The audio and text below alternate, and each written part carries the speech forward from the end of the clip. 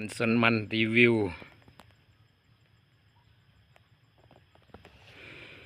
มาเอาหมักแงวหมักแงว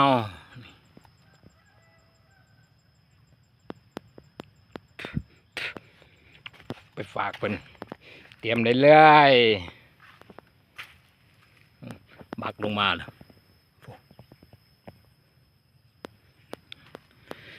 ไปฝากทางพี่น้องดอนทำเงินก่อนมื้ออื่นถาวเด้อใครอยากกินแบบทางดอนทำเงินนี่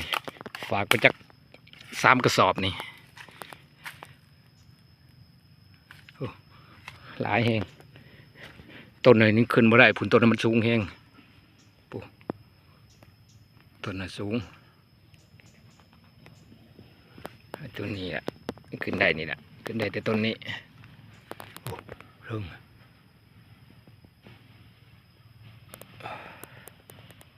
เก็บใส่กระสอบกันบัดนี้เต็มบ่อสอบ